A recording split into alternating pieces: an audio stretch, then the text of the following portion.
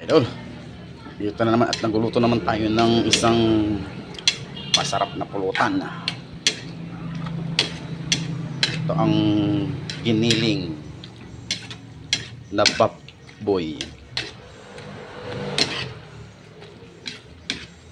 Yan. Tapos lalagay natin ng paminta para at least magkaroon siya ng bango at anghang. Yan. Nalagyan natin siya ng konting tubig para at least maluto yung gulay. Nilagay natin na carrots and patatas. Tapos lagyan natin ng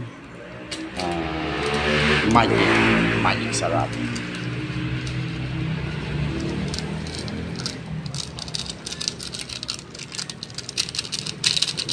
Kunting kembot na lang, okay na siya. Pwede na. Luto na siya. Kaya ito na. Ito na ang ating pulutan. So lalagyan ko sana ng konting ketchup, kaya lang huwag na, tama na yung ganito.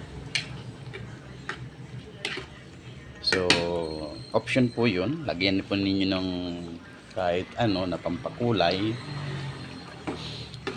para at least magkaroon ng kulay yung niluto ninyo. At the same time, syempre sumarap. Kaya lang ito na yung gusto ko, ito yung gusto ng iba, gusto ng kalatan.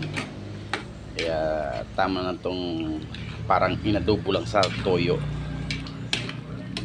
So pwede siyang lagyan para may kulay sana. Kaya lang mo nag-request na wag daw lagyan. Kaya simple lang na luto yung ginagawa natin. Ayan, lapit na. Kimbot-kimbot na lang. Kimbot na lang. Okay na.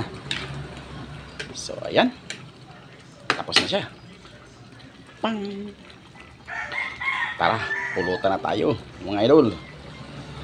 Sigurado mapalaban tayo sa magdamagan na inuman. Yap. Bang!